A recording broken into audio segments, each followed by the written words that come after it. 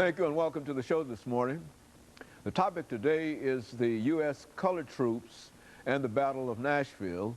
And of course we have with us to talk about the U.S. colored troops and the Battle of Nashville, Leo Kwame Lillard.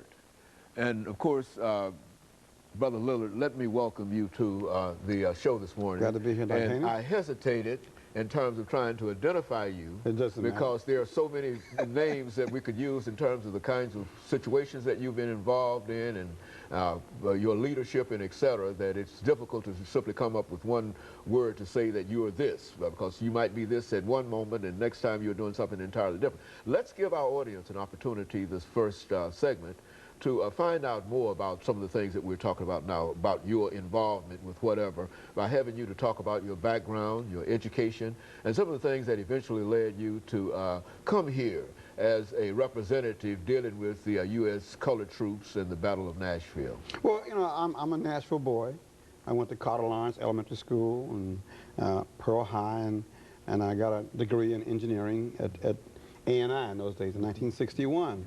And of course, because of my involvement in the civil rights struggle, I felt when I finished my degree in '61, and we had basically had victories in the sit-ins, the lunch counters, the sit-ins, the stand-ins. We integrated the movie theaters, we integrated the swimming pools, and then of course the Freedom Ride. And I kind of felt it was time to outgrow Nashville. I got my degree from Tennessee State, and I wanted to see a bigger world, so I left here. Kind of chased out a little bit, encouraged to leave by the Klan. So I went to New York City and pursued other educational and primarily universal topics of struggle, injustice, oppression, and kind of broadened my view out about how we fitted in the whole scheme of things as African Americans on a global context.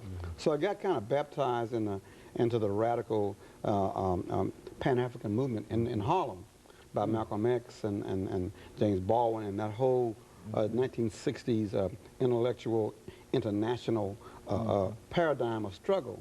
And when I finished my degrees and had my children in New York City, I decided to come back home in '76. And when I came back home, of course, I was bristling with ideas and just running over with enthusiasm to continue the liberation struggle as opposed to the civil rights struggle. Now that might be very clear. Good. I'm way past civil rights, okay? I'm into liberation of human beings on the globe. There's a big difference in those concepts. So when I came back in '76, I needed to do something. I needed to use some of these skills at home, all this education, these 3 master's degrees I had. It's a lot of education. So I wanted to use it. So I began to search for a crucible, a vehicle in which to utilize some of these skills to continue the struggle here in Nashville.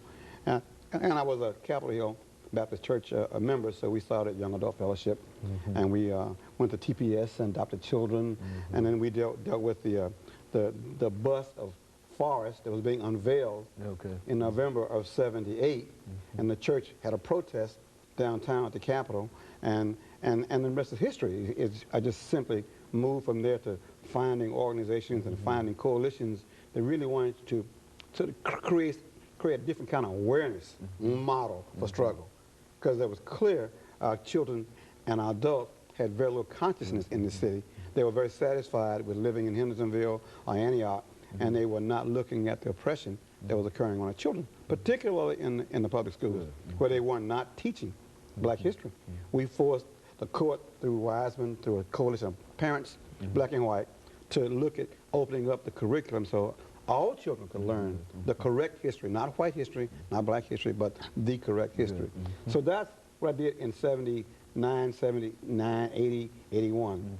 And then I realized, you know, that there still was something missing in this. We still hadn't opened up the issue of cultural identity.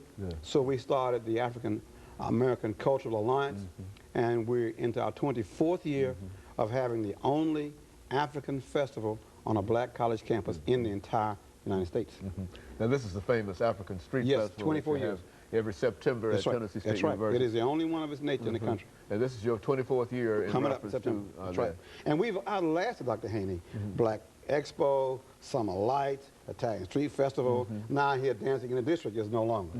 So we have outlasted all of those major events on no money, no funding, no grants, and no government interference. So that speaks well of the folks who run this little tiny operation we have. But it speaks more of a city that supports what we do and how we do it. Because our formula is very simple. Give the people a major, true ethnic event that is free on a public university campus. That's a pretty simple formula. It's a tall order, though, because nobody's done it. Okay, but you've been quite successful at it, and I can certainly attest to that. Lots of support from Nashville, black, white, everybody.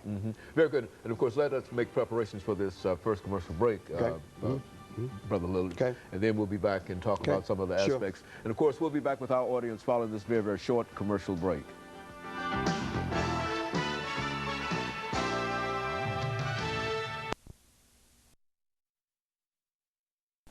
The topic is